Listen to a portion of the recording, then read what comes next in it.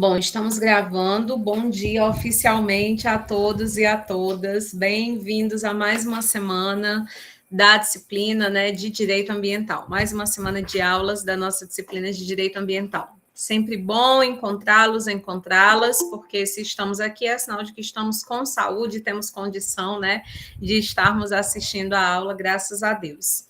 Vou passar aqui uns recadinhos básicos antes da gente começar a aula, o conteúdo. E gostaria que, se possível, vocês, né, fizessem aí um esforço para atender. E o principal recado é, gente, semana passada, como nós havíamos combinado, eu deixei a gravação de 2 aulas para vocês no Unileão Digital. Uma delas é sobre política nacional do meio ambiente, fechando o conteúdo, porque semana passada a gente falou sobre histórico, sobre as principais características, sobre os conceitos, né, que merecem o nosso destaque, os princípios, e no vídeo eu comento com vocês sobre os instrumentos previstos na política nacional do meio ambiente. E o outro vídeo é sobre a responsabilidade civil pelo dano ambiental.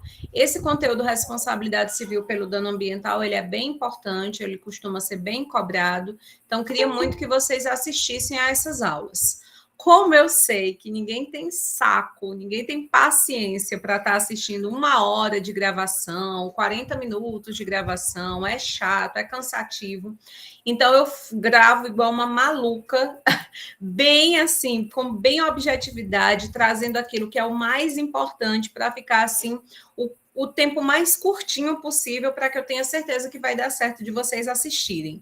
Então, um vídeo está com 13 minutos e o outro vídeo está com 11 minutos. Então, gente, não tem, é menos de 30 minutos que você vai gastar para assistir as 2 aulas, sabe? Eu sempre faço isso.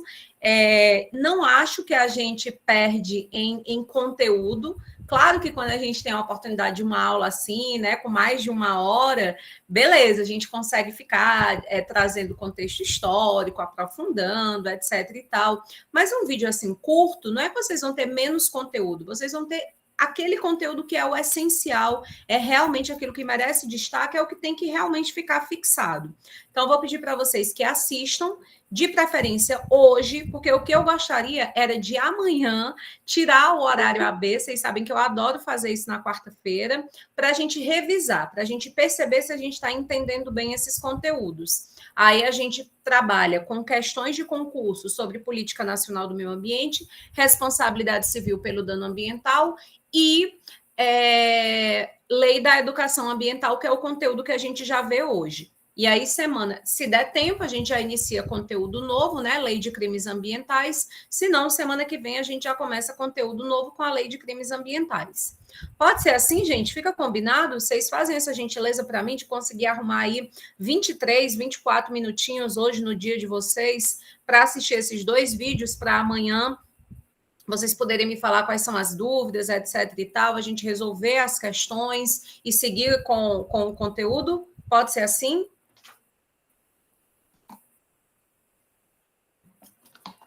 Beleza, valeu. Pronto, obrigada. Então, professora, eu cheguei agora. Pode repetir, por favor?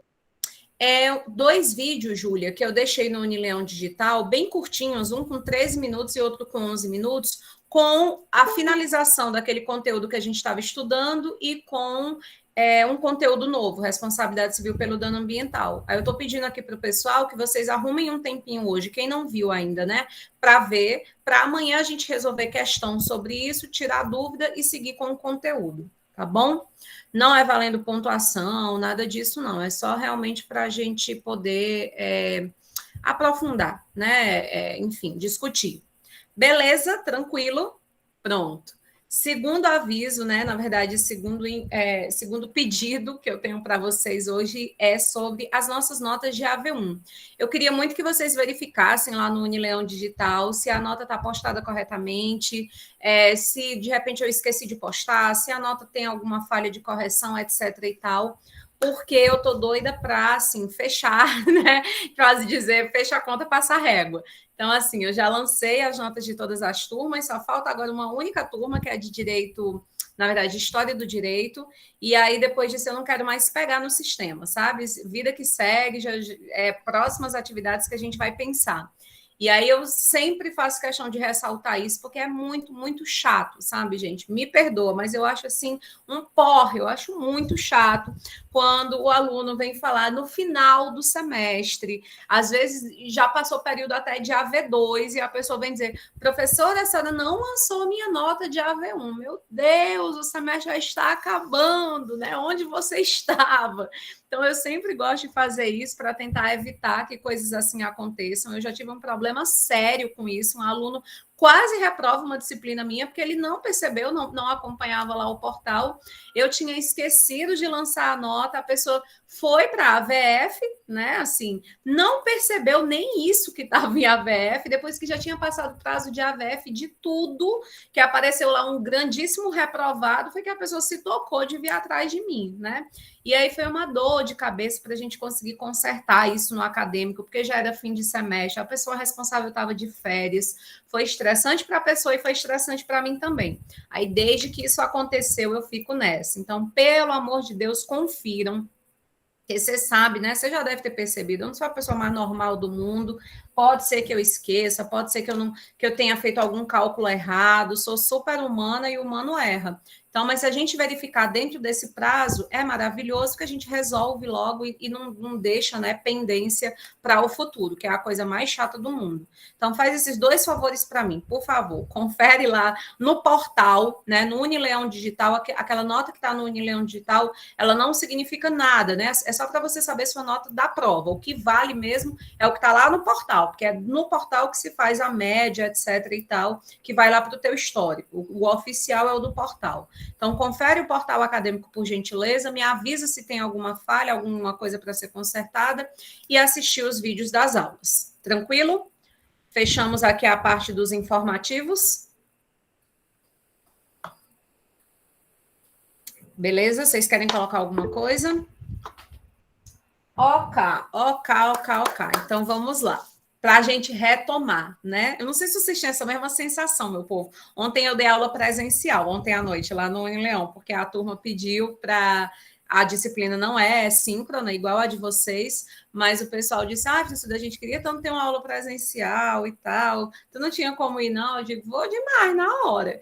E aí eu fui, foi super legal, assim. E é bom porque a gente meio que conhece as pessoas, né? Porque aqui eu não conheço ninguém de vocês, todo mundo fica de câmera desligada e tal. E foi muito massa. E eu lembrei disso, né? Porque a sensação que eu tenho quando chegam na terça-feira para aula com vocês, eu faço assim uma meia hora antes aqui na frente do computador, vendo os slides da semana anterior. Às vezes eu pesco um pouquinho, boto na velocidade 2 o vídeo, a gravação do vídeo da última aula, para eu lembrar o que foi que a gente falou, o que foi que aconteceu. Porque a gente passa muito tempo, né? É uma semana sem se encontrar, e como não tem nenhum tipo de contato humano, né? Eu fico, às vezes, assim, apaga da minha lembrança. Então, por conta disso, eu vou fazer aqui uma pequena recapitulação daquilo que a gente conversou semana passada, porque se de repente alguém aqui sofre do mesmo mal, né, de ficar, menina, eu assisto a aula, eu anoto tudo, mas depois de passar uma semana, né, sem encontrar, dá meio que um branco. Então, eu vou dar uma retomada aqui, uma recapitulada nas principais coisas que a gente falou. Vou conversar também um pouquinho sobre o que vocês vão encontrar nos vídeos, que vocês vão ver mais tarde. E a gente, então, começa nosso conteúdo. Pois muito bem, né?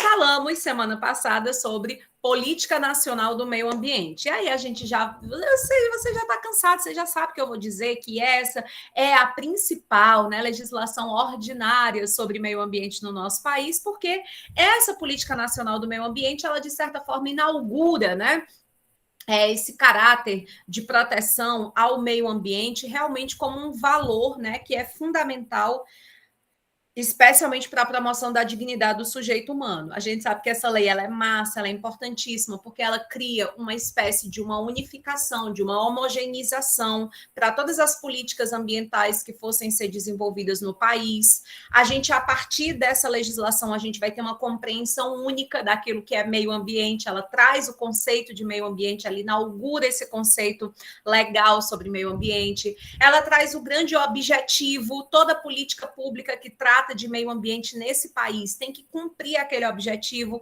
que é garantir aquele equilíbrio, né? De na mesma proporção que a gente promove proteção ambiental, a gente também garante o desenvolvimento econômico.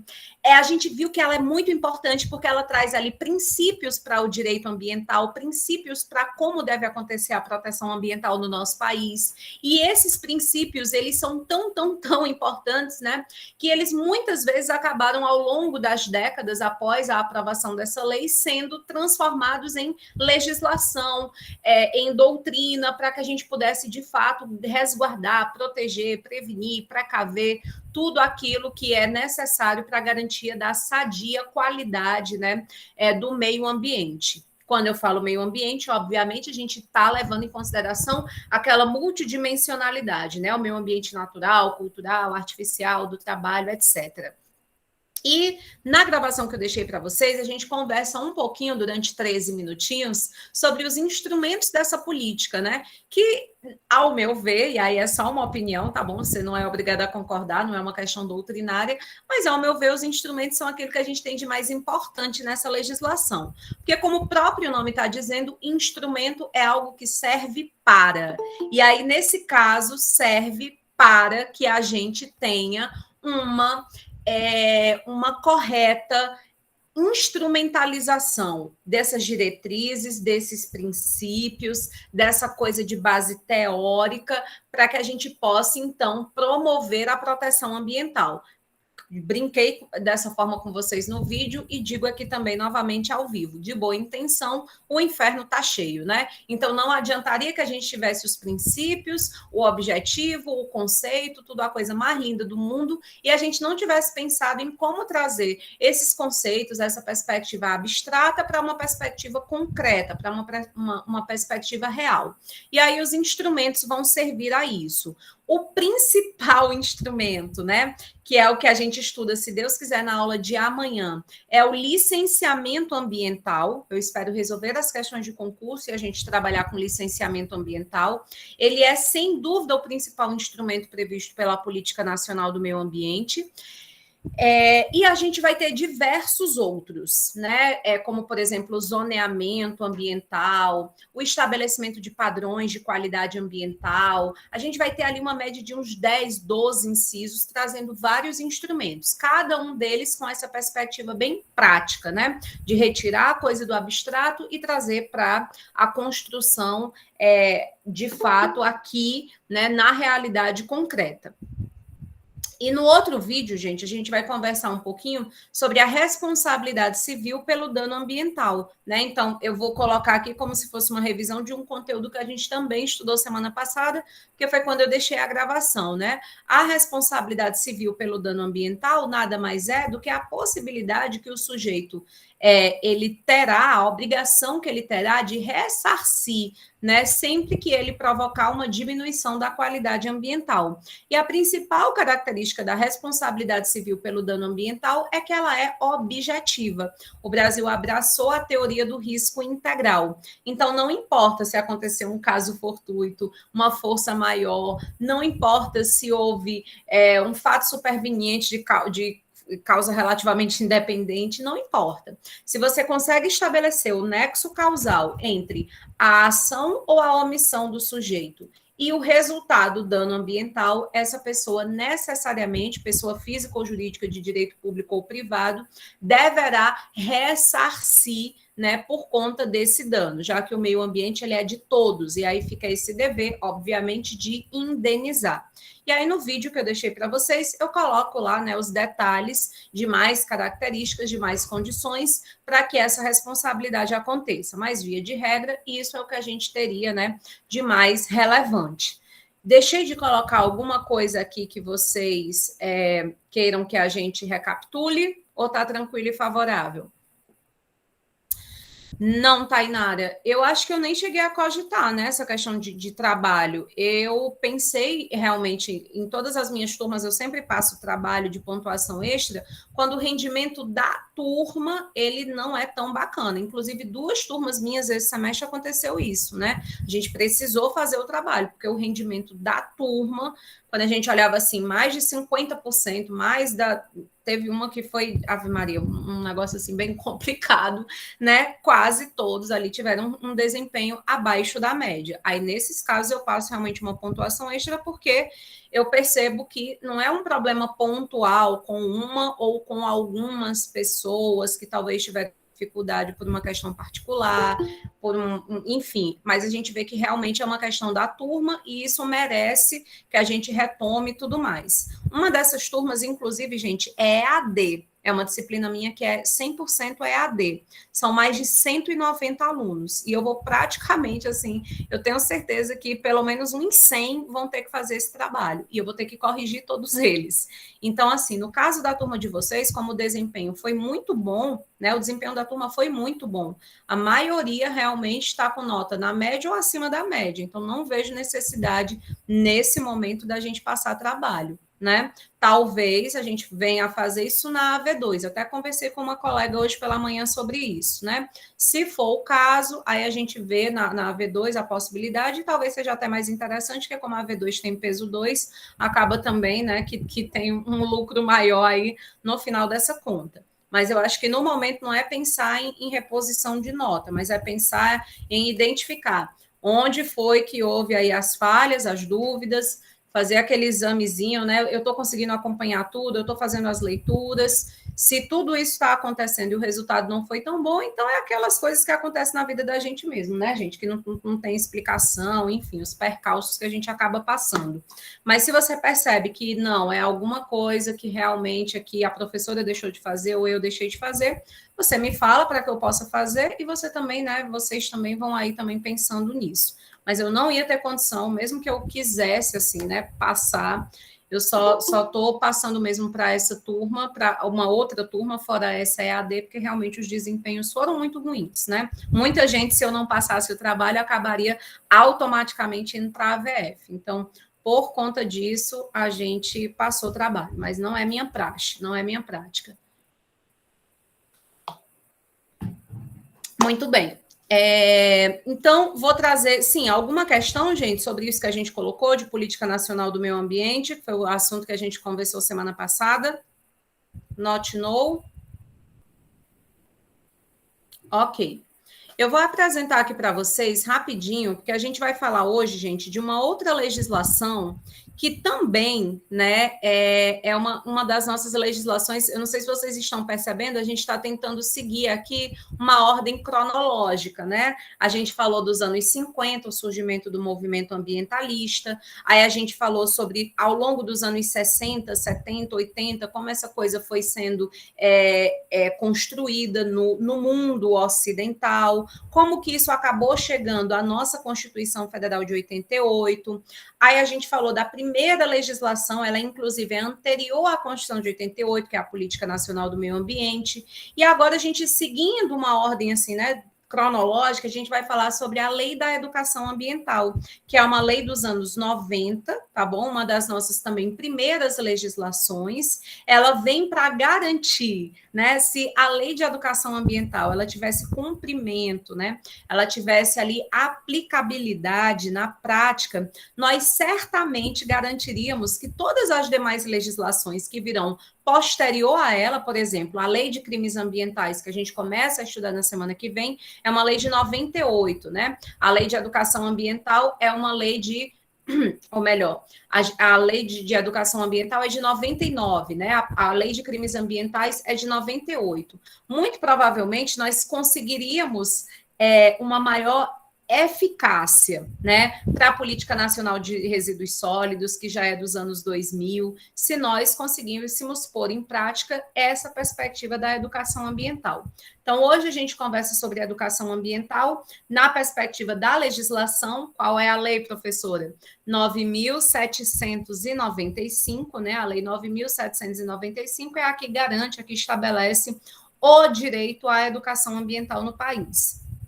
Quando eu tenho essa aula, eu sempre gosto de apresentar para vocês um vídeo curtinho para que a gente possa entender algumas das principais características da educação ambiental. Então, eu vou abrir aqui para vocês e, ao final do vídeo, a gente debate um pouquinho e vamos, então, às principais as principais considerações sobre essa legislação. Aos concurseiros e concurseiras de plantão, já vou avisando, esse não é um assunto muito cobrado. Esse não é um assunto que costuma aparecer em edital de concurso. Essa não é uma coisa muito cobrada pelas bancas. Então, isso aqui realmente tem base humanista, né?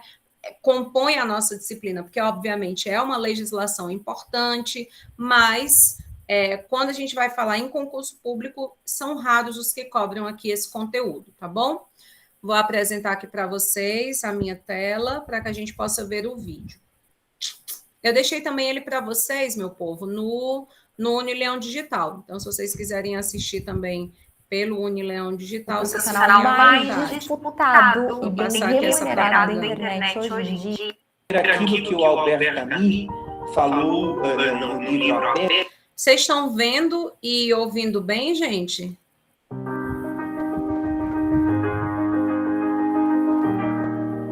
A urgência do momento que a gente vive. O professor está com eco. Professora, desliga teu áudio. Tá, beleza.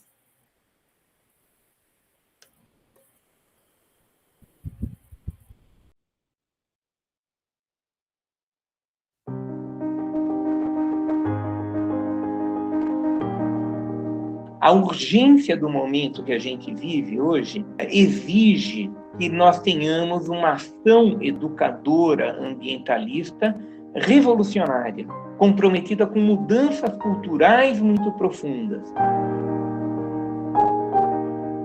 Não dá para ficar trocando 6 por meia dúzia, não dá para ficar dando retoques nesse modo de produção e consumo, nesse modo de ser e estar aqui no planeta. A humanidade toda precisa modificar o seu comportamento.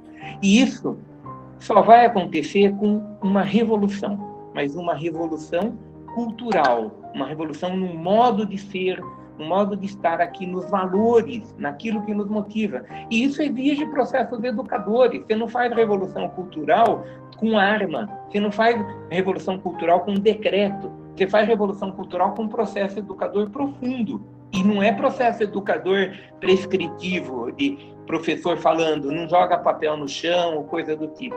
Isso é a ponta do iceberg. O primeiro papel da educação ambiental, no meu ponto de vista, nessa perspectiva de transformação cultural, de promover uma verdadeira revolução nas nossas sociedades, é o de incentivar as pessoas a pensarem, é o de fazer aquilo que o Albert Camus falou no livro A Peste, a virtude, se a gente pode dizer assim, de um momento de doença, de um momento de pandemia, de um momento de dificuldades que estejamos vivendo, que é colocar tudo em suspensão, em termos de metas mais imediatas que se tem na vida. Eu quero comprar isso, eu quero comprar aquilo, eu quero fazer isso, eu quero fazer aquilo, e de repente você se perguntar, bom, quem que eu sou, por que eu existo, para onde que eu quero caminhar, quais são meus propósitos existenciais. Ao você se formular essas perguntas mais fundamentais, mais existenciais, você começar a se questionar em termos de necessidades materiais simbólicas, em termos de compreensão dos nexos de causalidade. Por exemplo, qual é a relação da pandemia com a extinção da biodiversidade, com a extinção de florestas? Como é que a pandemia e a degradação ambiental têm a ver com a degradação social, com a degradação humana? Como é que isso tudo tem a ver com o sistema político-econômico que a gente vive? A educação ambiental, primeiramente, pode e precisa incentivar as pessoas a pensarem, a se indignarem, a desnaturalizarem coisas que parecem óbvias. O Darcy Ribeiro tem um texto muito bonito chamado Sobre o Óbvio, onde ele nos incentiva a ver que nada é óbvio. É possível ser diferente. Não é óbvio a existência de serviço militar. Não é óbvio a necessidade de dominação de um ser humano sobre outro. Não é óbvio que nós tenhamos que comer carne. Né? Tem muita coisa que é vendida como óbvio e não são óbvias. E o papel primeiro da educação ambiental é incentivar as pessoas a desnaturalizar as obviedades do cotidiano, a questionar e a se indignar com aquilo que é contra a vida, aquilo que leva à morte, leva à extinção da nossa espécie na face do planeta Terra.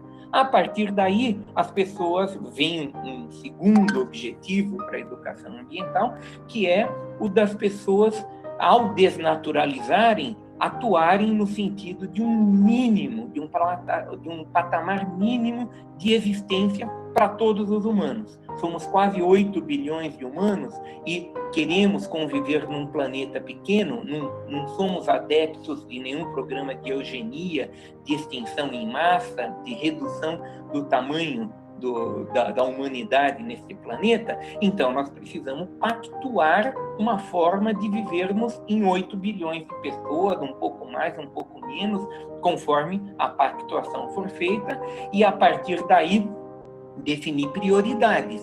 Então, quais são as prioridades? É terra, teto e trabalho para todo mundo, como o estadista, hoje um dos maiores estadistas no planeta, chamado Francisco, que ganhou o título de Papa, né? Esse cara colocou um mote extremamente importante da pactuação: terra, teto e trabalho para todos os humanos. Se todos os humanos tiverem terra, teto e trabalho, nós teremos menos violência, nós teremos menos gente dormindo na rua, menos pandemia, porque as pessoas tendo teto, terra para produzir, tendo trabalho, elas podem se cuidar melhor, elas podem ter água encanada em casa, pode ter saneamento, etc. Uma segunda tríade de pactuação acompanhando terra, teto e trabalho é saúde, educação e natureza. Todo mundo tem que ter acesso público, gratuito, à saúde, educação e natureza de qualidade, né? Natureza, como? Saúde e educação todo mundo falava, mas e natureza? Hoje, mais do que nunca, se sabe que sem acesso à natureza, sem poder mergulhar no mar, sem poder ver a beleza de um coral, sem poder conviver com a natureza em qualquer lugar que ela esteja, inclusive a natureza interior, né, dialogar com o seu próprio organismo, a gente não terá saúde, nós não teremos outra perspectiva de vida. Nós temos falado de uma terceira tríade, que é participação, o direito à participação política, a participação em todas as instâncias, na família, no bairro, no time de futebol, comunicação, como um segundo direito fundamental dessa tríade, comunicação educadora, comunicação onde eu possa falar sobre a minha verdade, ouvir a verdade dos outros, e o terceiro, espiritualidade. Espiritualidade, alguns estranhos, mas eu não sou católico, eu não sou budista, eu não sou da Umbanda. Não, é espiritualidade laica, é espiritualidade compartilhada por ateus, agnósticos e religiosos de todas as filiações, né? Esses direitos, estando disponíveis e acessíveis a todos os humanos, eles podem viabilizar transformações culturais profundas. Então, os grupos pactuarem quais são os direitos básicos, as questões básicas para que todos os humanos compartilhem desta aventura que é a nossa passagem pela Terra, o nosso amadurecimento nesse planeta Terra, ele é fundamental para a gente cumprir uma quarta dimensão aí da revolução cultural que eu estou falando, que é uma nova cultura da Terra, com T maiúsculo, da terra, com T minúsculo, e do território. É uma nova cultura que nos leve a pôr as mãos na terra, a cuidar das sementes, a não ter medo da vida, a viver simplesmente.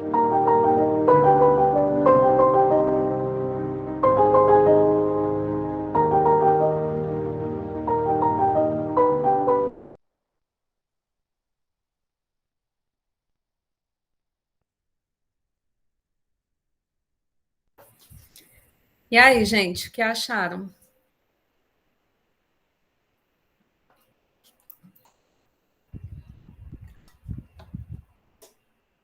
Essa é a compreensão de educação ambiental que você vivenciou na escola? que você vem vivenciando dentro da universidade, que você vivenciou nos seus espaços aí comunitários, igreja, atividades físicas, né, comunidade aí das mais diversas searas. Essa foi a educação ambiental que você recebeu em alguma medida?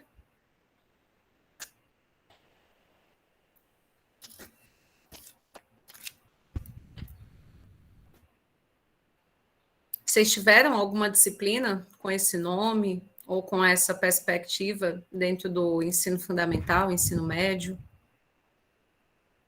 Não?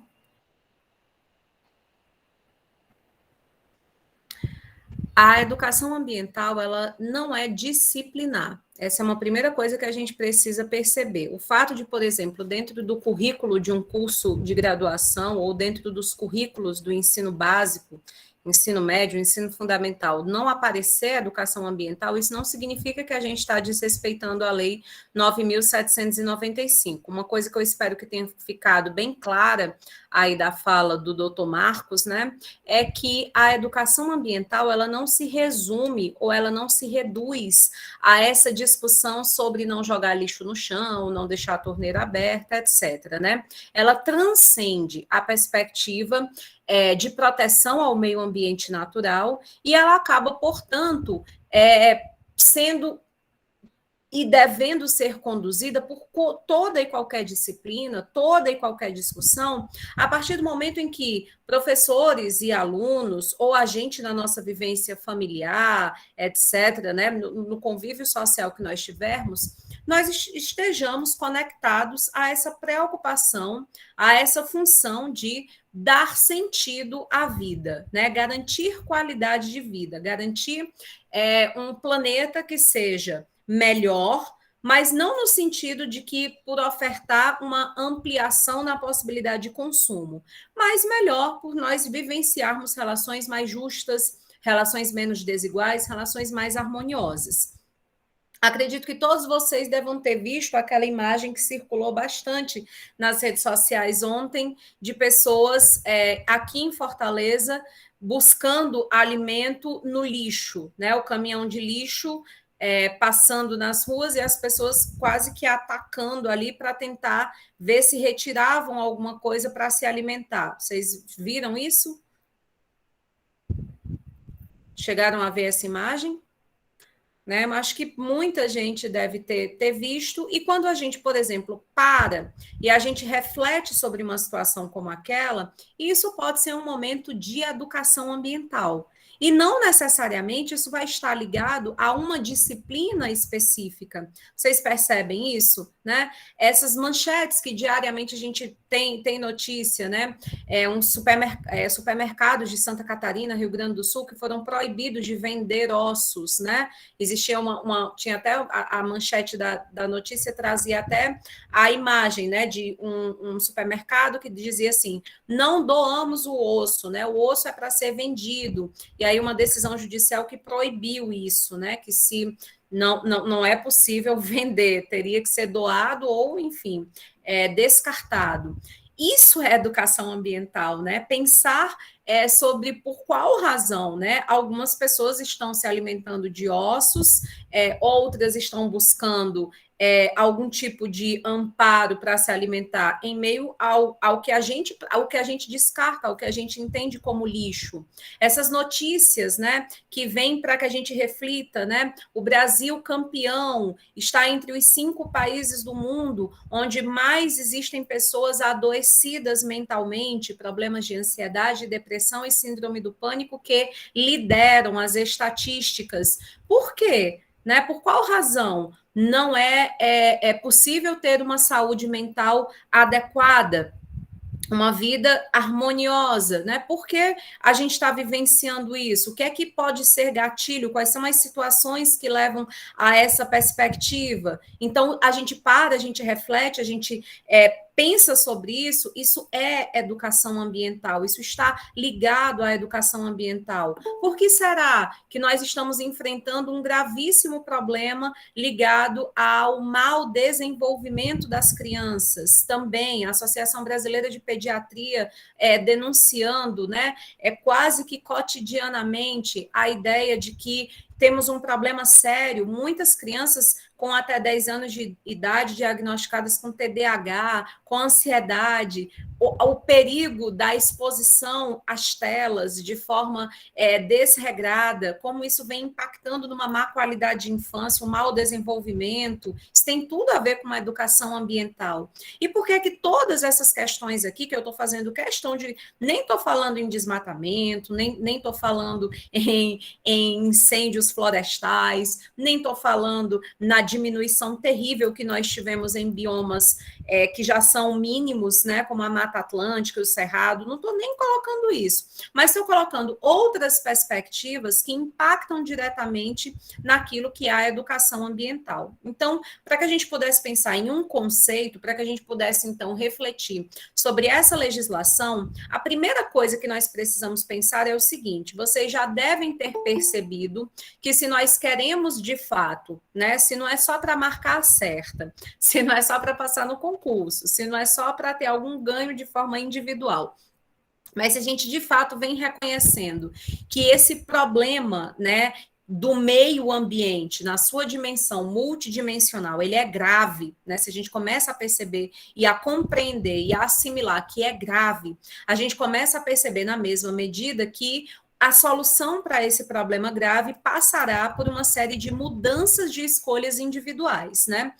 A redução de consumo, a busca por uma justiça social, a garantia de trabalho decente, etc, etc, etc. Nós precisaremos, portanto, mudar comportamentos. E mudar comportamento, principalmente quando esse comportamento já é um hábito, normalmente não é uma coisa agradável e nem tampouco simples. Quer ver? Pense aí num hábito que você tenha, que você talvez até gostaria de já ter eliminado, e pense em todas as vezes que você já fracassou nisso, né? Eu agora estou pensando aqui num mau hábito que eu tenho, que é de consumo exagerado de açúcar, né? Eu adoro comer um doce, eu sempre invento uma desculpa para comer um doce. Porque agora é a hora da sobremesa, agora eu estou muito ansiosa, agora eu estou triste, agora eu estou nervosa, agora eu vou comer porque eu estou feliz. Então, esse consumo exagerado de açúcar me levou a uma situação, por exemplo, de uma pré-eclâmpsia na minha gravidez, em que eu quase morri, né?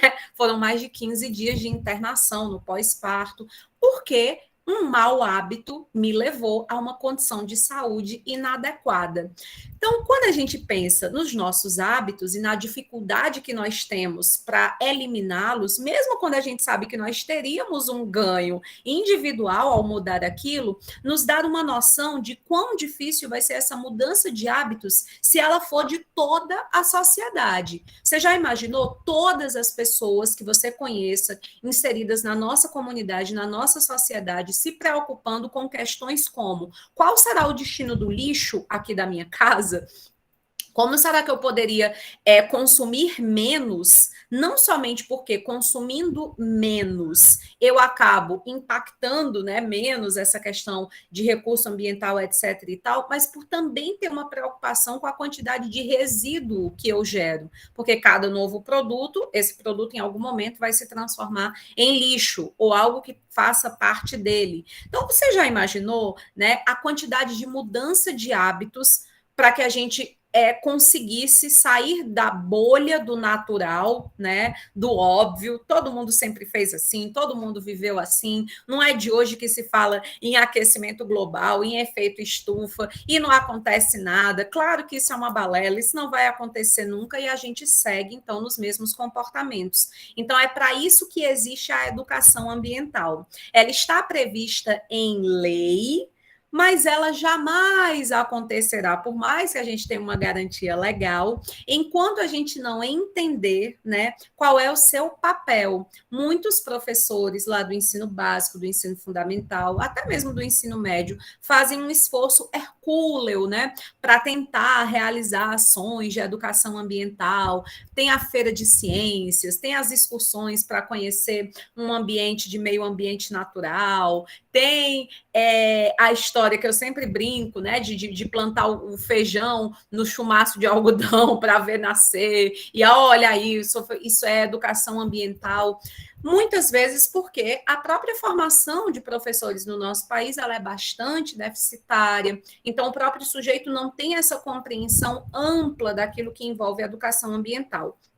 Mas qual é a grande finalidade da educação ambiental?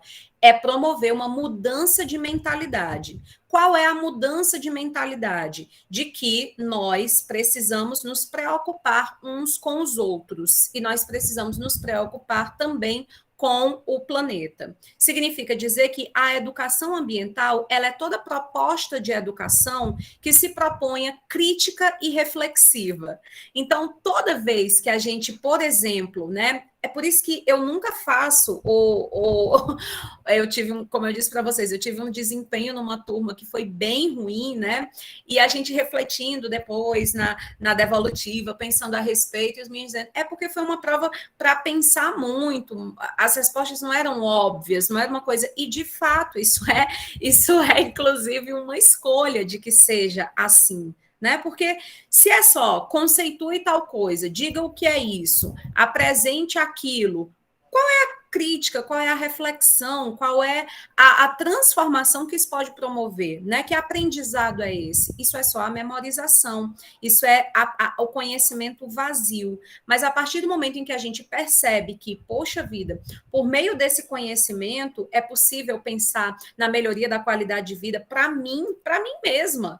Estudando sobre obsolescência programada, eu pude perceber como eu estou ligada a essa ótica consumista. Meu Deus, realmente isso não é interessante, isso não é adequado para a minha própria vida, isso vem me gerando perdas financeiras, isso vem me gerando um desequilíbrio emocional, eu estou mais ansiosa por conta disso. E foi a partir de uma reflexão, de uma discussão, de um conhecimento teórico que eu pude ter acesso a essa reflexão. Então, a educação ambiental, ela é sempre crítica e ela é sempre reflexiva. E ela está voltada, portanto, para a transformação de hábitos, para a transformação de comportamentos, de maneira que nós tenhamos relações mais harmônicas, relações mais humanizadas, relações mais pautadas na ideia de que a qualidade de vida, ela precisa ser posta em primeiro lugar. É por isso que ela não é um conhecimento disciplinar, então, atenção, se você se depara com uma questão, uma alternativa que te diz lá, né, que a educação ambiental ela é obrigatória aos currículos, etc., etc., isso está certo. Como você vai ver, é isso que a legislação garante, ela é obrigatória. Mas isso não significa que ela precisa estar atrelada a uma disciplina. Essa é a minha bandeira aqui dentro da Unileão, né? A gente tem a disciplina de Direito, Desenvolvimento e Sustentabilidade, isso é ótimo, isso é excelente, mas isso não vai funcionar, não vai gerar mudança de comportamento, reflexão para essa questão de proteção ambiental, se tudo aquilo que a gente debate, se esse viés é reflexivo, humanístico, crítico, ele fica ali dentro daquela disciplina, ou dentro da disciplina de filosofia, ou dentro da disciplina de história, ou dentro da disciplina de sociologia. Eu estou dizendo essas que são mais propedêuticas, porque elas de fato têm essa vocação mais reflexiva. Mas esse debate ele tem que continuar dentro da disciplina de direito penal, de direito civil, de direito processual, porque em cada uma dessas disciplinas, nós podemos promover uma educação ambiental. Então, dentro da disciplina de direito penal, né, compreendendo, por exemplo, o princípio da insignificância, da bagatela, eu tenho ali a possibilidade de uma reflexão sobre a questão da justiça social, da vulnerabilidade, da desigualdade social, e isso me gera reflexão, me gera um conhecimento que não está somente atrelado à memorização, ao conhecimento de dogmas. Então, isso é educação ambiental. É uma educação que não é disciplinar, mas que deveria estar presente em toda e qualquer disciplina. Isso quando a gente fala de educação formal, porque o que a legislação vai nos garantir também é que essa educação ambiental ela será feita no âmbito formal, então eu estou falando de escolarização, mas também no âmbito não formal. Lembram que no artigo 225 a gente diz que é dever do poder público e da coletividade a promoção da proteção ao meio ambiente? Pois muito bem. O poder público ele é obrigado a fornecer essa educação ambiental, até porque a gente garantiu, pelo menos constitucionalmente, uma educação pública gratuita e de qualidade. Mas a coletividade, como está lá no artigo 225, ela também tem o dever dessa proteção ambiental. Então, é por isso que em todos os espaços, já que eu tenho o dever, como eu estou inserida nessa sociedade que elegeu essa carta política, essa Constituição como sua legislação maior, eu tenho o dever dessa promoção. Então, é por isso que no âmbito da minha família, esses valores de justiça social, de igualdade, de ética, de afetividade, a crítica, a reflexão, são coisas valorizadas. É por isso que dentro do ambiente em que eu partilho com amigos, momentos de espiritualidade, de atividade física, as associações às quais eu esteja inserida, um partido político ao qual eu esteja afiliada, todos esses espaços, eles devem, portanto, promover debates, questões, instrumentos que nos levem a essa perspectiva, como garantir qualidade de vida, como promover relações mais saudáveis. E vocês devem perceber, porque vocês também vivem no Brasil, assim como eu, que não é isso que a gente vivencia, né? Os espaços, muito pelo contrário, né? Eles vêm se tornando cada vez menos abertos, talvez, a esse tipo de debate. Então, isso nos leva a uma primeira reflexão que é extremamente importante, que todo estudante de direito deve ter, né?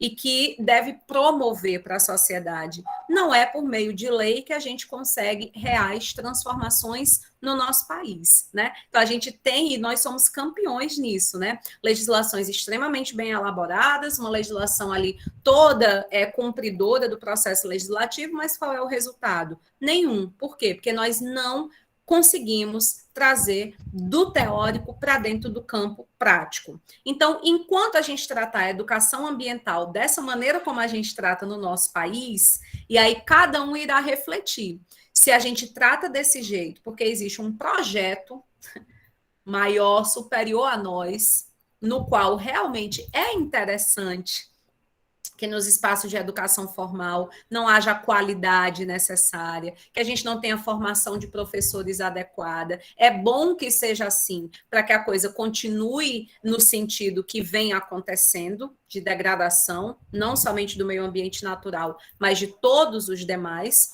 ou se a gente está diante realmente de uma ineficácia de uma política pública ou de algumas políticas públicas, de descontinuidade dessas políticas públicas, se nós estamos diante da incompetência dos nossos gestores em tentar garantir essas questões. Então, ficam aí várias reflexões para a gente aqui. Obviamente, não é meu papel trazer respostas prontas, mas lançar, né, essas provocações para que cada um aqui realmente, né, se atenha a isso, porque a legislação não é tão jovem assim.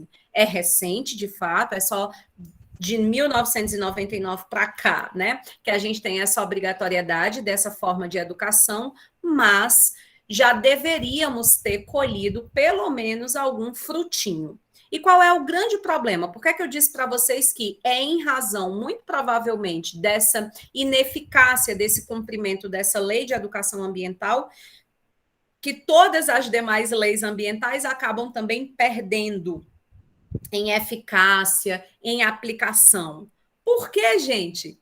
Se o sujeito teve uma mudança de consciência, e é isso que a educação faz, né? A educação ela nos transforma para bem ou para mal. A educação ela vai nos trazer ali um conjunto de valores que a gente acaba seguindo, adotando como modelo, tendo como nossas representações, nossas referências. Então, se essa educação, ela me faz perceber a importância do meio ambiente, é óbvio que a maioria dos meus comportamentos se darão pautados nisso, nessa perspectiva. Mas se a gente não tem essa educação, se a gente não reconhece essa importância, se esse debate talvez esteja acontecendo para muita gente pela primeira vez, só quando ela vai chegar num nível de graduação, então está aí uma das principais questões pelas quais as demais legislações, elas não têm eficácia, porque a gente não valoriza aquilo que a gente não acha que é importante, a gente não cuida daquilo que a gente não gosta, daquilo que a gente entende que é irrelevante. Então, a não aplicação, a não garantia da educação ambiental talvez seja aí uma das principais fontes, um dos principais gargalos, um dos principais problemas para que a gente, por exemplo, não tenha conseguido colocar em prática, não tenha conseguido resolver de forma plena aquilo que está na Política Nacional de Resíduos Sólidos, na Lei de Águas, saneamento, etc, etc. Então, essa é uma reflexão que eu deixo aí para vocês, para que cada um aqui, especialmente aqueles e aquelas que entendem que o debate é relevante, se transformem, portanto, em agentes promotores dessa educação ambiental. Às vezes a gente dissemina informação na nossa rede social, compartilhando uma notícia, uma informação que muita gente, talvez ali que está no nosso grupo de amigos, não teria acesso, que vai poder gerar uma reflexão interessante. Às vezes a gente leva para um debate dentro de uma outra disciplina. Vou fazer aqui um trabalho de direito do trabalho, e aí dentro desse trabalho eu vou aproveitar para tratar um pouco dessa dimensão do meio ambiente do trabalho. Enfim, a gente vai se transformando em agente promotor disso. Eu sou agente de uma pastoral, eu sou líder de um grupo de oração lá na minha comunidade. Eu levo esse debate para essas pessoas que, por estarem fora de uma perspectiva de educação formal, talvez também não tenham acesso. Então, quando a gente está falando de educação ambiental, a gente está falando disso, né? É uma educação crítica reflexiva que acontece nos âmbitos formal e não formal, que tem por finalidade a transformação de mentalidades para que elas se pautem na proteção do meio ambiente. Olha como é natural, né? Olha como é algo que, assim, normalmente não se discute, né? Se coloca como óbvio. As pessoas têm que estudar. Olha, meu filho, eu tenho certeza que muitos aqui ouviram isso dos pais, dos avós, dos tios, padrinhos, etc. Estuda muito, menina, estuda muito. Por quê? Porque você precisa de um trabalho e esse trabalho tem que ser bem remunerado e a educação, ela é útil para isso. Então, quanto mais eu estudo, maior a minha chance. Olha, não estuda não, daqui a pouco você vai estar aí, seus colegas tudo de carro e você andando de ônibus. São coisas que naturalizam esse formato de educação, né? Não que isso esteja equivocado, não vou nem entrar no mérito, mas estou colocando que se a educação serve apenas para isso, aí a gente se desligou da perspectiva da educação ambiental, porque, em tese, a educação pode proporcionar muito mais do que um carro, a educação pode proporcionar muito mais do que um apartamento, a educação ambiental pode proporcionar muito mais do que uma viagem para o exterior, a educação ela pode proporcionar muito mais do que o acesso a bens de consumo, a um iPhone, a um jantar no melhor restaurante da cidade. A educação ela pode te dar autodomínio, né? A educação ela pode te dar autocuidado. A educação ela pode dar sentido à sua vida, contribuir para que a sua vida tenha mais sentido, né? Porque se todo esse acesso a bens de consumo, a viagens, etc. e tal, de fato promovessem para o ser humano a felicidade, o bem-estar, os consultórios psiquiátricos não estariam repletos, né, de tantas pessoas com tanto acesso a ótimos serviços, a ótimos produtos, mas que mesmo assim permanecem se sentindo vazias, adoecidas, ansiosas, infelizes. Então, não está no ter, ou pelo menos não está somente no ter, porque também não dá para dizer que essas pessoas que estão correndo atrás do caminhão de lixo para conseguir se alimentar, elas vão ser plenamente felizes, elas não precisam, o ser, o importante é o ser, vamos mandar elas meditarem, vamos mandar elas fazerem um yoga, vamos mandar elas rezarem. Não, ninguém está levantando isso. Nós estamos falando sobre os excessos, né? Nós estamos falando sobre consumismo e nós estamos falando também sobre a redução, né? A artificialização do ser humano, a ideia de que felicidade e bem-estar se reduz a acesso. Então, sabemos que o não acesso a bens e serviços está equivocado, como também sabemos que esse excesso exagerado, deturpado, ele pode também trazer consequências prejudiciais. É preciso, então, encontrar um caminho de bom senso. E aí entra a educação ambiental. Eu vou apresentar aqui para vocês a lei, mas não queria trabalhar a lei assim, né, de cara, pura, seca, sacudida, comentando os artigos, sem que antes a gente compreendesse, né, do ponto de vista axiológico, né, do ponto de vista, assim, histórico até, né? Qual é a razão de existência dessa legislação? É porque ficou muito claro, depois da Constituição Federal de 88, né, que, poxa vida, somente a garantia de instrumentos, de legislação sobre essa questão de proteção ambiental, ela não é suficiente se as pessoas não forem educadas para pensar de forma congruente a esses valores. É basicamente essa a razão da existência. Então, eu preciso formar pessoas que estejam conscientes do seu papel no mundo. Sabe, essa coisa de você precisa virar gente, você precisa ser gente. Pelo amor de Deus, né? Você não pode frequentar determinado espaço se você não estiver usando uma roupa tal ou ter um celular de marca tal. E as pessoas se deixarem levar por esse tipo de discurso que vai as esvaziando, as vai fazendo perder o sentido. Então, uma educação crítica reflexiva me diz, oxe, que marmota é essa? Que nada a ver, né? Eu sou um fim em mim mesma. Isso é a dignidade do sujeito humano. E traz com cunhas aí com as tuas marcas, com as tuas coisas, eu tenho valor em mim mesma, não é algo externo que eu vou ter que usar ou carregar que vai me fazer ser valorizada. Essa é a proposta de uma educação que está centrada no sujeito humano, naquilo que ele pode ser. O ser humano, ele pode ser mais, né? O Freire chama isso de uma perspectiva ontológica, né? Da educação. Então, o ser humano, ele pode ser mais. E aí, esse mais não é, por meio da educação serei mais rico, por meio da educação serei mais vitorioso. Não. Pode até ser, né? Mas não se reduz a isso. Eu serei mais feliz, eu serei mais equilibrado, eu serei menos ansioso, eu serei mais tranquilo, eu serei mais calma. São valores, são virtudes, né? Que a gente pode adquirir por meio de uma autocompreensão, por meio de uma questão centrada na nossa relação, né? Como é bom, gente. Vocês não sentem isso, não? Como é bom a gente ser bem tratado? Como é bom quando a gente recebe uma mensagem assim... bom dia, tudo bom? Então, isso, né? É bem diferente de quando, assim, eu fico impressionada, né? Às vezes a pessoa tem nível de doutorado, pós-doutorado, por isso que a educação formal não resolve o problema por si só. A pessoa não consegue ser delicada, a pessoa não consegue ser gentil, a pessoa não consegue ser agradável, né? Então, todos esses títulos e diplomas não contribuem para uma harmonização social, para o bem-estar dela própria e de com quem ela convive. Pelo contrário. Então, é importante refletir sobre isso. Senão, do que é que me adianta, né, ser chamado de doutor, de doutora, se eu me comporto de tal forma que nem parece que eu fui um sujeito educado, educada, sabe? Então, é dentro dessa reflexão aqui que a gente vai analisar a lei a partir de agora. Tranquilo? Beleza?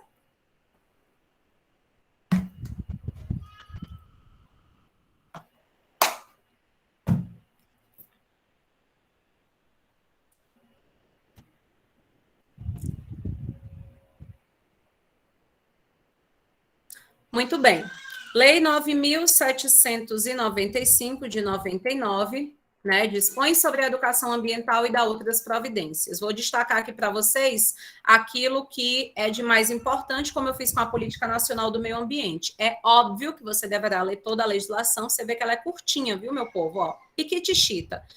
19 artigos, porque 20 e 21 é só aquelas disposições finais. Então, curtíssima, ela tem esse caráter bem geral. Outra coisa bem interessante que se diga, poxa, Francisco, será que a gente não tinha garantido, então, talvez, de forma mais adequada, essa educação de qualidade, se a gente tivesse criado ali diretrizes fixas, ou então se fosse obrigatório disciplina mesmo? Não, gente, porque como essa educação ambiental nos propõe essa postura crítica e reflexiva, cada região, cada cidade, cada estado, né, vai ter valores culturais muito próprios e saberão, portanto, como trazer essas ideias aí que estão de forma bem genérica dentro da legislação para uma aplicação prática levando em conta a sua realidade local. Então, a escolha também se dá nesse sentido.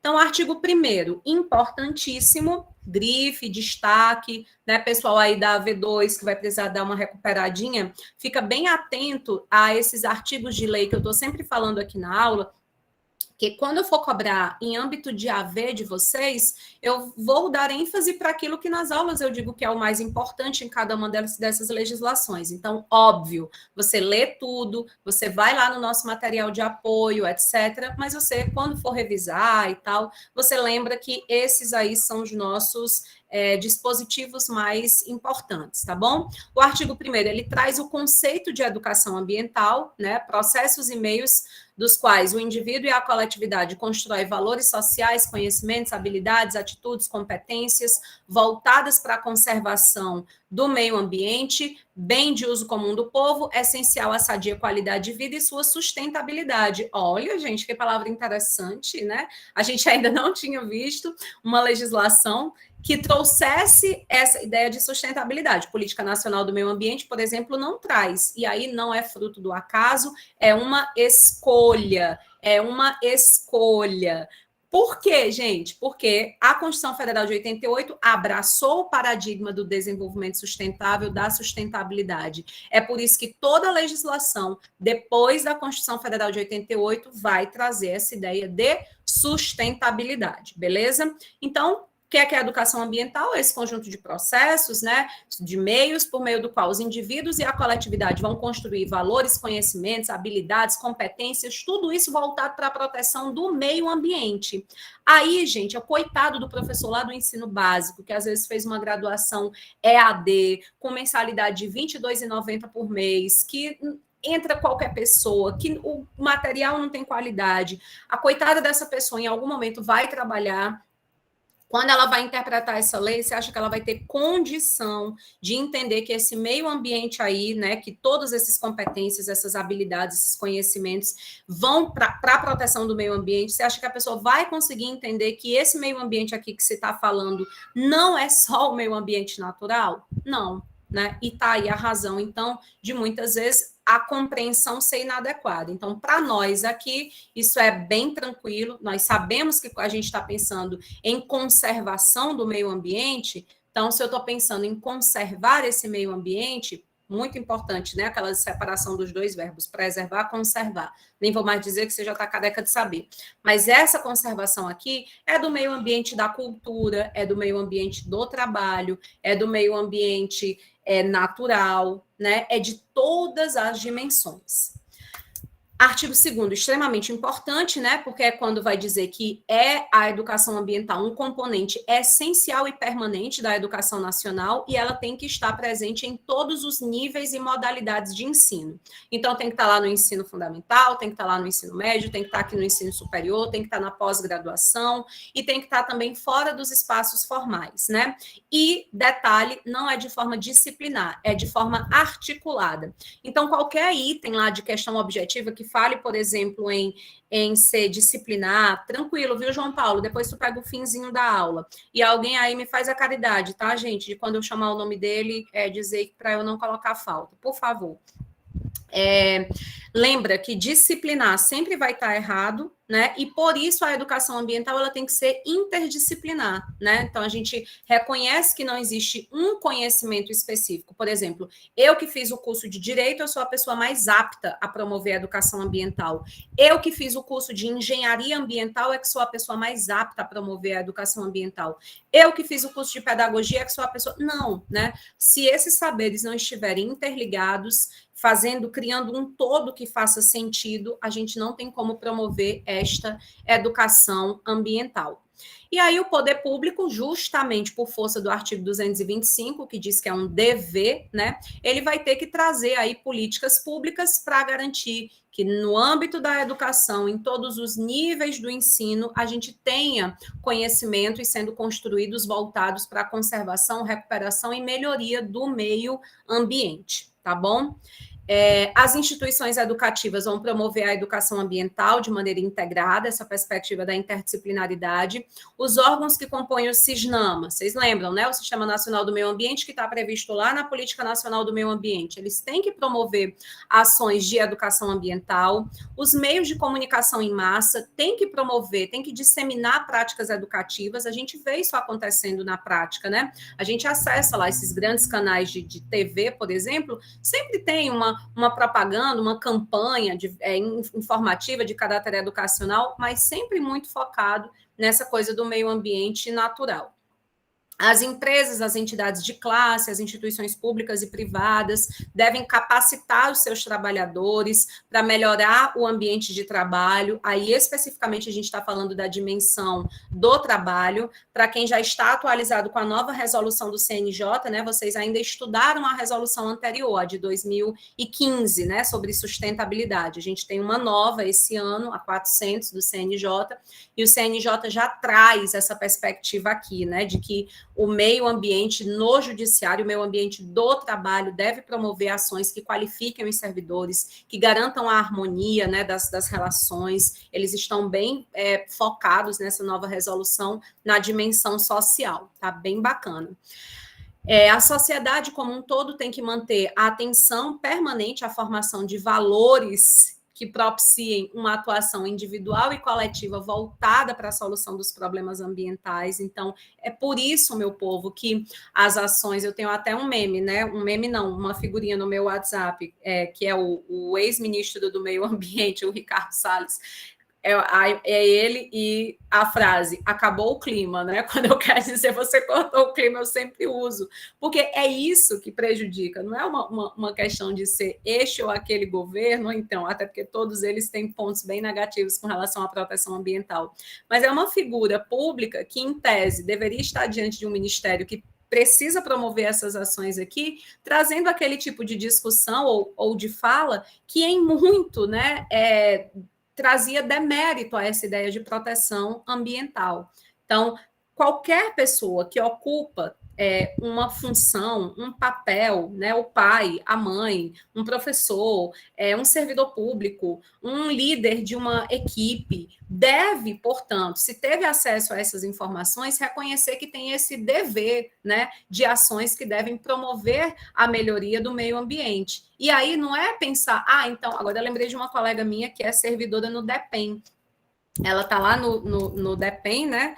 E feliz da vida, concursada, aquela coisa, e ela dizendo que teve uma frustração imensa, porque foram elaborar o plano de logística sustentável, né? Ela foi convidada a participar, compor a equipe, e ela dizendo que a galera toda, quando se pensava em sustentabilidade, era só, cada um vai adotar um copo, a gente vai ter aqui uma horta, e ela dizendo que muitas vezes o ambiente de trabalho não é tão amistoso, não é tão legal, tem conflitos, tem situações polêmicas, e ela estava trazendo ali algumas propostas de ações, de, por exemplo, né, relaxamento, reiki, e para quem tivesse interesse, né, um apoio psicológico, etc. E a galera rechaçou, né, dizendo que isso não era sustentabilidade, isso não era proteção ao meio ambiente, isso não tem nada a ver. Então, veja como a compreensão reducionista, né, ela prejudica, ela atrapalha que essa educação ambiental de forma aconteça. Então, todas essas ações que você visa realizar, né, valores que você incute para os seus filhos, para parentes, amigos, etc., que estão nessa perspectiva de solidariedade intergeracional, intrageracional, de respeito, de garantia da dignidade, promoção de justiça social, democracia, tudo isso vai estar dentro aqui dessa perspectiva da educação ambiental. O artigo 4º, ele é bem importante, porque vai trazer aí os princípios. Eu vou destacar o inciso 1 e o 3º, tá certo? O inciso 1, porque diz qual é o caráter que uma educação ambiental tem que ter, é o enfoque humanista, que a gente já, né, conversou, holístico, ou seja, não é aquela coisa cartesiana, cada conhecimento trabalha com um pedacinho aqui do saber. Não, a gente observar num sentido grande, complementar, coeso, né? Democrático e participativo. O inciso 2 vai trazer aquilo que a gente já sabe, que o meio ambiente não é somente o natural, então essa educação ambiental deve levar em consideração as outras dimensões, mas o inciso 3 eu acho massa, porque ele fala sobre o pluralismo de ideias, e como a gente está vivendo numa sociedade hoje que está com uma super dificuldade de promover esse pluralismo de ideia, né? Ou você é esquerdo, ou é direita, ou é esquerdopata, ou é bolsominion, ou é uma coisa, ou é outra. Eu acho que essa perspectiva aqui da educação ambiental, nesse pluralismo de ideias, nesse respeito, né? Nesse ganha-ganha. As pessoas às vezes dizem assim, eu fico passada, né? Eu não falo mais com os meus parentes que votaram em fulano.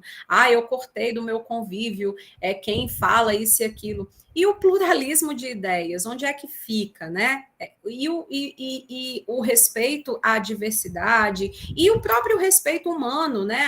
A compreender que as pessoas não podem ser descartadas, eliminadas, que as relações devem transcender a isso, onde que fica. Então, a educação ambiental, ela pode nos ajudar, né, nessa compreensão de tolerância, de respeito, a partir dessa promoção aí ao pluralismo de ideias. Os demais princípios, eu vou deixar para vocês lerem, né, em casa. Os objetivos, gente, aqui do artigo 8º, eles também são bem autoexplicativos, então eu vou deixar que vocês realmente leiam, e vou trazer aqui o artigo 7º, que eu acho que é bem importante para que a gente possa observar que todos os órgãos públicos, né, e também privados, mas por força do artigo 225, eles têm esse dever, né, de promoção dessas ações da educação ambiental. E isso não acontece na prática. O judiciário vem dando um bom exemplo, né, com essa perspectiva aí da resolução de 201 de 2015, que vocês estudaram agora com a nova, mas nos demais, o executivo vem construindo a duras penas uma agenda para a administração pública, né, a agenda ambiental da administração pública. O que é a agenda ambiental da administração pública? Senão um conjunto de projetos e de programas que visam que, dentro de todos os órgãos públicos do Poder Executivo, se garanta a promoção da educação com qualidade. E essa qualidade passa pela perspectiva ambiental. Lá no artigo 9º, a gente vai ver de forma bem clara, né, essa obrigatoriedade. Então, onde que eu tenho que ter, no âmbito formal, essa educação ambiental? Na educação infantil, no ensino fundamental, no ensino médio, no ensino superior, na formação de jovens e adultos, na educação profissional. Então, assim, é para não deixar nenhuma dúvida. E o parágrafo 1º do artigo 10, quando raramente esse conteúdo aqui é cobrado em concurso, ele costuma aparecer para confundir os candidatos. Porque como a gente reduz muito, né, a ideia da educação, aquilo que a gente estuda dentro das disciplinas, as pessoas acham que como a educação ambiental ela é obrigatória, ela tem que estar dentro de uma disciplina. E o parágrafo 1º do artigo 10, ele já traz a orientação exatamente em sentido oposto. A educação ambiental não deve ser implantada como disciplina específica no currículo de ensino, justamente para que as pessoas evitem de ver esse conteúdo de forma quebrada.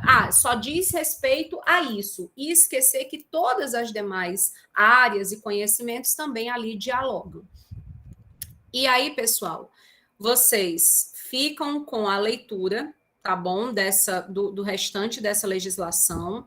E vocês me dizem, amanhã eu vou trazer, como eu disse para vocês, algumas questões sobre essa questão aqui da educação ambiental e da Política Nacional do Meio Ambiente. Vocês fazem uma leitura e vocês me dizem também se ficou alguma dúvida, algo que vocês queiram colocar, tá bom? Ela é bem autoexplicativa. Como eu disse para vocês, não há tanta preocupação com memorizar, ela é pouquíssimo cobrada. Nunca vi cair uma questão de educação ambiental, sobre a lei de educação ambiental, por exemplo, na prova da OAB, né? Nunca vi. Pode ser cobrada assim em concursos mais específicos, como a gente vê IBAMA, ICMBio, aí tudo bem. Magistratura, raramente, então por isso que eu não vou me preocupar tanto com essa coisa da memorização dos artigos, mas mais que vocês tenham essa compreensão holística da legislação e da importância dela para a vida de toda a sociedade, né? Para além da gente. Tranquilo, meu povo?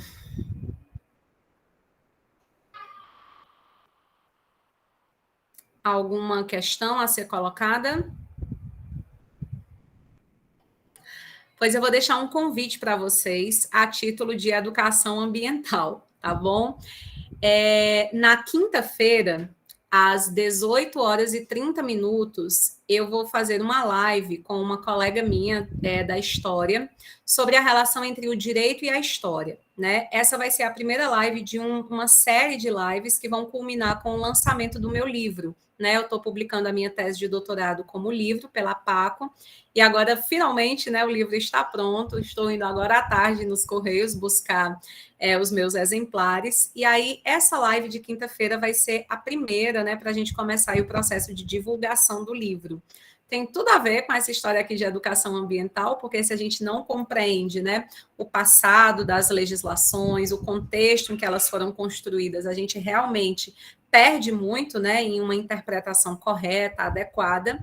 E aí vou deixar aqui o convite para vocês, para aqueles que se interessam, para aqueles que desejam aprofundar, refletir sobre essa relação entre o direito e a história, como esse conhecimento histórico facilita, melhora o trabalho do jurista. Deixo o convite para que vocês venham para essa live, tá bom? Quinta-feira agora, dia 21 de outubro, às 18h20. Então, vocês já devem estar lá no meu Instagram, então vai ser no Instagram, 18h20, e eu vou ficar muito feliz, né, com aqueles que possam comparecer. Tranquilo? Beleza? Muito obrigada, Valdemira. Muito bem. Posso fazer a frequência? Nenhuma dúvida, colocação, reflexão? Ok. Professora, qual o seu Instagram, por gentileza? Francilda Alcântara. Obrigada. Francilda _Alcântara.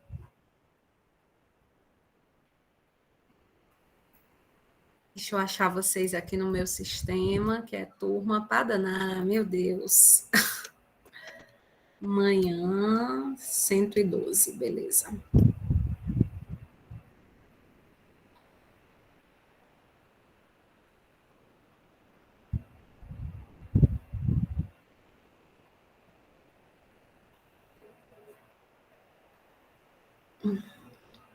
Professora, a senhora pode, por gentileza, repetir de novo o horário e a data da live?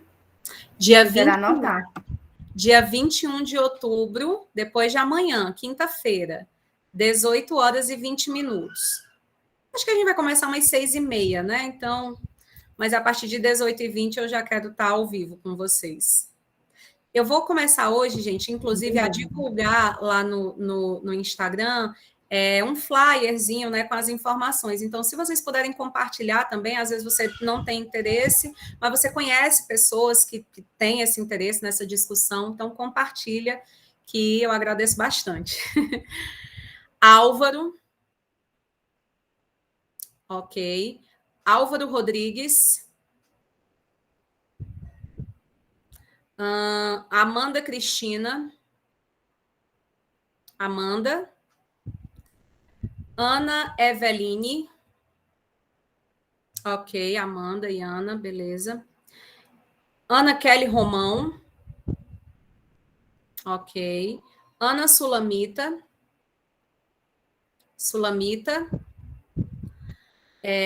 Beatriz. Brenda Dias. Professora, ela pediu para avisar que ela saiu mais cedo para pegar as crianças. Brenda, né? Brenda Dias. Ah, não, perdão, professora, foi a Bruna Valeriana. Ah, beleza, tá bom. Já não vou nem chamar. Imagina, obrigada. Kaique. Camila. Cíntia. Davi Alves. Ellen. Ok. Eloy. Felipe Claudeano. Felipe Gonçalves. Francilene. Ok, Francilene. Francisco Artaniel. Francisco Artaniel, ok. Geisa. Geisa. Heloísa. Presente. Hermínia.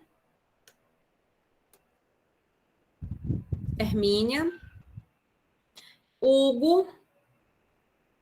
Ok, Hugo. Igor. Ok. Isaías. Jaísa. Presente. Obrigada. João Paulo. Professora, foi ele também que pediu para sair. Obrigada, Valdemira. Nada. José Leite.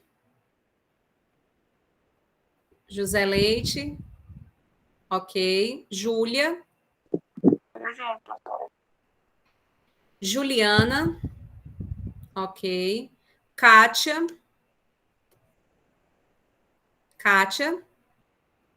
Laiane. Leonardo. Lívia. Eu estou chamando a Lívia Cordeiro, né? Lívia Cordeiro, Lívia Pinheiro. Ok. Marcela Virgínia. Ok. Maria Inaciária. Ok. Maria Milene. Ok. Maria Vitória.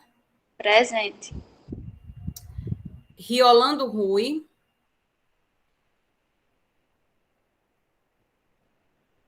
Roberlânia. Ok. Rosa Taliani. Ok. Sandy Ellen.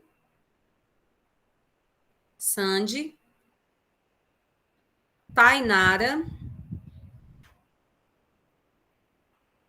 Ok. Valdemar.